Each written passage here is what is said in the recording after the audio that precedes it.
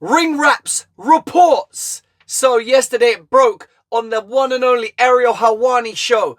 Ariel had Shakur Stevenson as a guest, later closely followed by Conor the Destroyer Benn. Now Ariel done his best to play matchmaker, Cilla Black, for those that know, and he suggested to Shakur that Conor would be coming in about 30 minutes. Shakur insisted on hanging around to make a fight with Conor, or at least talk to Conor. Where do we go with this? Right.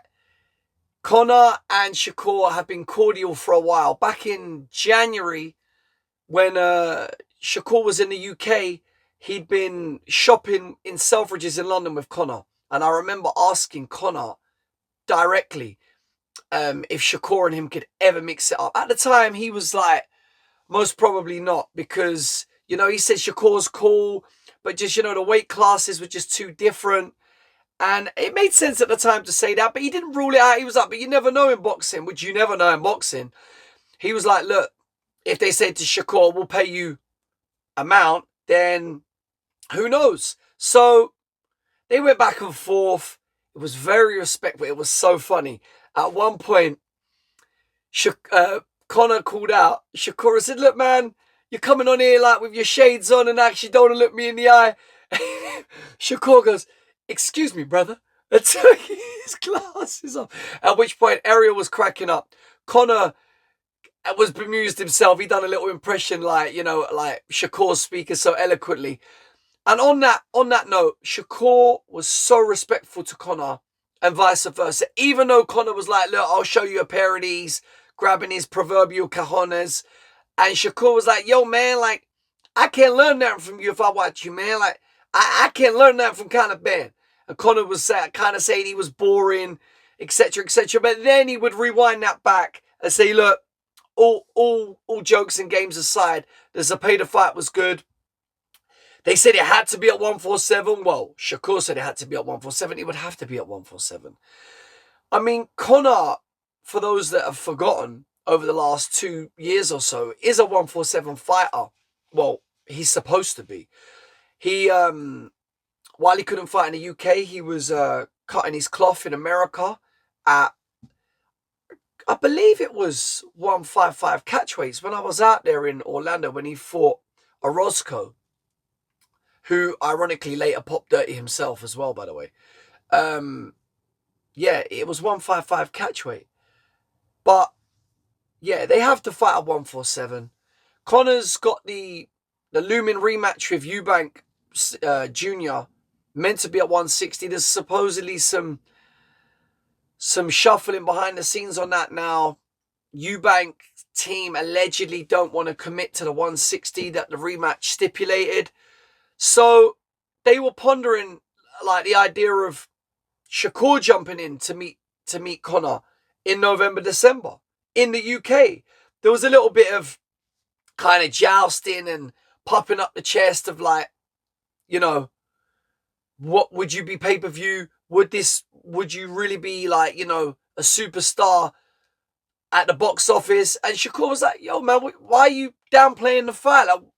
And Ariel chimed in and he was like, look, Shakur's a superstar. And Conor was laughing and giggling. And then Shakur said that, you know, he asked Conor, when did you start boxing? Conor said 17. He was like, what? He was like, nah, bro, you're cooked. You're cooked. And Conor pretended he didn't know what cooked meant. Everyone knows what cooked meant. It means you're kind of like, you're smoked. You've had it. Because he was saying, look, I've been fighting since I was 5. I've been fighting for 23 years of my life. That means Shakur's 28. Obviously, my maths ain't that bad. And Conor was like, look, I'll take your head off it. I'll take your head off at 147. He goes, that's my prime weight. And then Shakur said, I'll box your head off at 147. And then he was like, you know, but you're going to be jumping up 2 weight classes. He goes, I know what that's like. And then Shakur was like, I respect that. And, you know, at this point, I would just like us to rewind back to the footage from January when I asked Conor about fighting Shakur. Find a little shopping spree with Shakur. He's cool, man. I've always liked Shakur. I think he's a cool guy.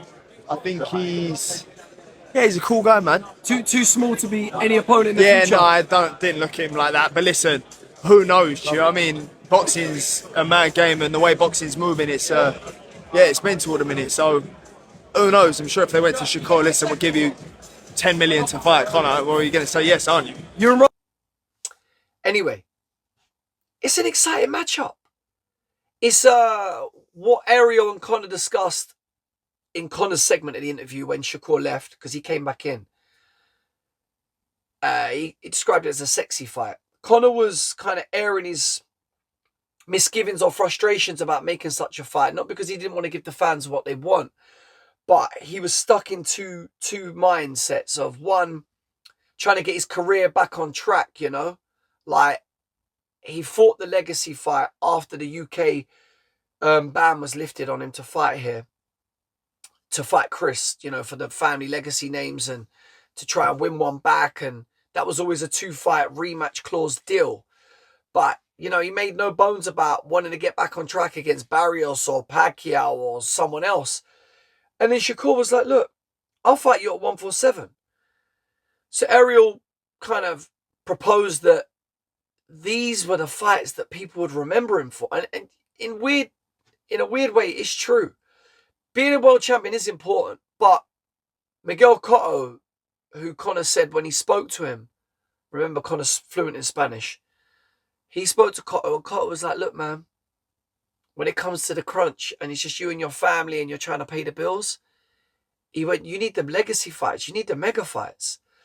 Conor could be one of those exceptions in boxing where he just gets mega fight after mega fight after mega fight, irrespective of whether there's a title on the line or not. Interesting times ahead. We shall see.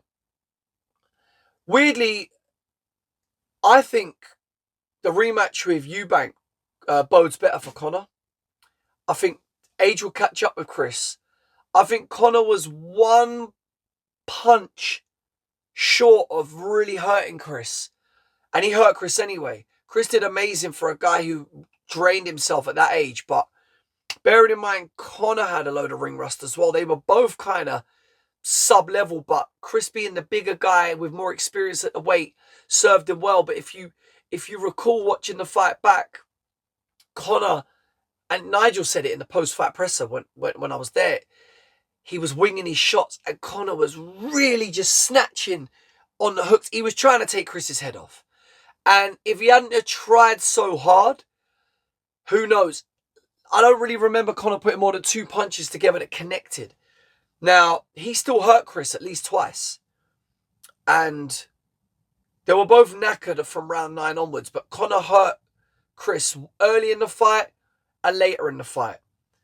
And I feel if Conor was able to put 3 or even 4 punches together and maybe 3 of them connected, landed with intent, because he only it was weird.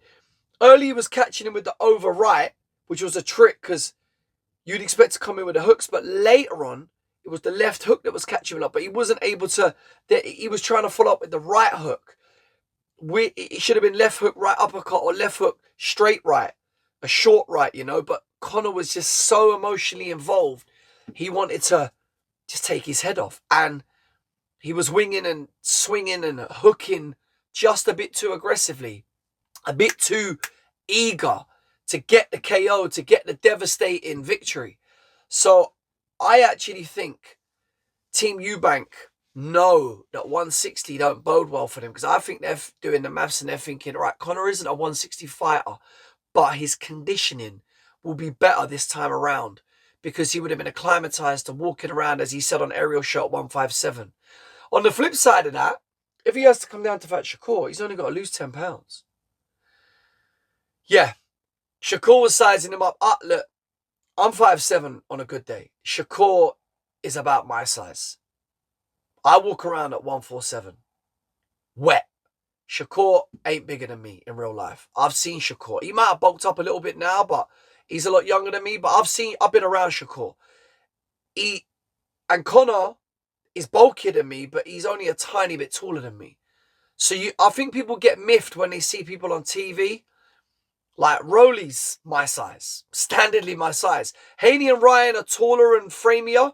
Tio, Rolly, Shakur. They're within 5 to 8 pounds of my weight. And I walk around at 147. So it makes sense that Shakur is a 135 fighter. Cutting 10 to 12 pounds at the age of 27-8 is doable, and clearly is doable. Remember, Shakur's older than T.O., Ryan, and Devin, but he fights at a lighter weight than all of them. So figure that out. Either he's amazing at his nutrition, or he's just got a frame that he can manipulate. He's not, but he did mention, didn't he, about actually getting stronger moving forward. So whatever, he must have been seeing Bud bulk up for the Canelo fight, because obviously he's around Bud all the time. He must be seeing Terence bulking up and thinking, I'll have some of that. But yeah, he was looking at Conor like he's not a big guy, but don't get it twisted, Shakur. Conor might be the same height as you, more or less, but like Prince Nassim and Manny Pacquiao, Conor got huge legs. Conor's power and leverage come from his legs. Like you know, he's got the peekaboo style-ish. Mike Tyson's leverage all came from his trunk and his legs. Remember that shorter, explosive fighters, their power all comes from their legs, man. So just, you know, be careful what you're analysing there. Obviously, you got the skills and they pay the bills, but don't get it twisted. Conor can leverage all of that explosivity from the legs, man. So when you're sizing someone up, like, you know, make sure you're sizing, dude, when you're doing that Terminator scan, make sure you're doing it from top to bottom, because you don't want to be missing out anything in your calculations. That's all I'll say. But yeah, man, looks like a sick fight. I jumped on in here tonight. Yeah, just a quick one. We're trying to get more practice in here. And you know, we got technicals. One light went out, but that's no biggie. So yeah, Conor Benn versus Shakur Stevenson, maybe in the UK in November. Yes, please. Yes, please. Let's get Conor back down to weights that he's meant to be fighting at, and let's get Shakur in those kind of legacy-defining fights. And Conor, imagine Conor, you fight your family nemesis, and then you fight one of the best, skillful pound-for-pound fighters in the whole of boxing. This is the stuff dreams are made of. I don't care if there's a belt, because you're not going to be in a bad fight with Shakur Stevenson. The belts will come, bro. The belts are going to be there because you're Conor Benn. You're like, Anthony Yarde's had 3 bites of the cherry. Do you know what I'm saying? Like, Callum Smith back in the mix. You're going to get belt opportunities because you're Conor effing Benn. You ain't even got to be worried about being like kind of derailed as some gatekeeper on that. Nah, bro, you're a cash cow within your own right. You're a box office. I said it to you when we was in America. I said if you was to fight Tank, now there's an argument depending where the fight is as to who's the A side. That was fresh off the you know, the Tottenham fight, the Spurs fight, whatever it was, 68,000 in North London. So yeah, man, it's good times. It's exciting times. Ring Raps reporting boxing highs. Anyway, we're gonna be at 𝗙𝗢𝗟𝗟𝗢𝗪 this week. So we'll see you there.